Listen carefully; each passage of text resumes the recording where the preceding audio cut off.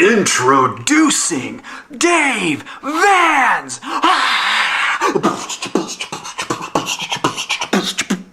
Oh, hey, how's it going?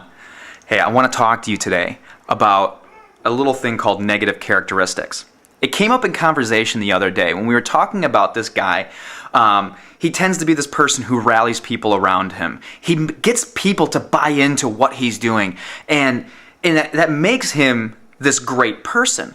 But when we talked about him, it was one of the thoughts that came up were, oh, he's an egomaniac, and I wonder if he is that.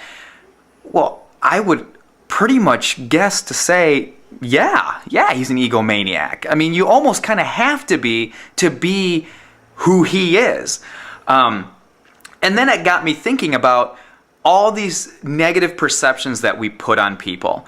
And are they really negative? Maybe they are, maybe they're not. But what's interesting is that the people that do great things have a lot of times big negatives that we can easily pinpoint and say, wow, that person's this or that person's that.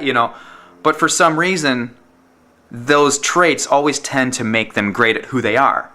Think of the actor or actress who is huge on the big screen and just amazing, and everything they do is an Oscar, and you find out who they are and they're vain. They're just completely into themselves. They think they're the best thing since sliced bread. Or what about the child who just won't conform to what you want them to do? That you end up pulling out all your hair because they're crazy. They never listen. They just always do what they want to do. And then in 10, 20 years, that same attitude, that same nonconformity that they have in them, that characteristic in them, ends up bringing them to the point where they do something that revolutionizes our society.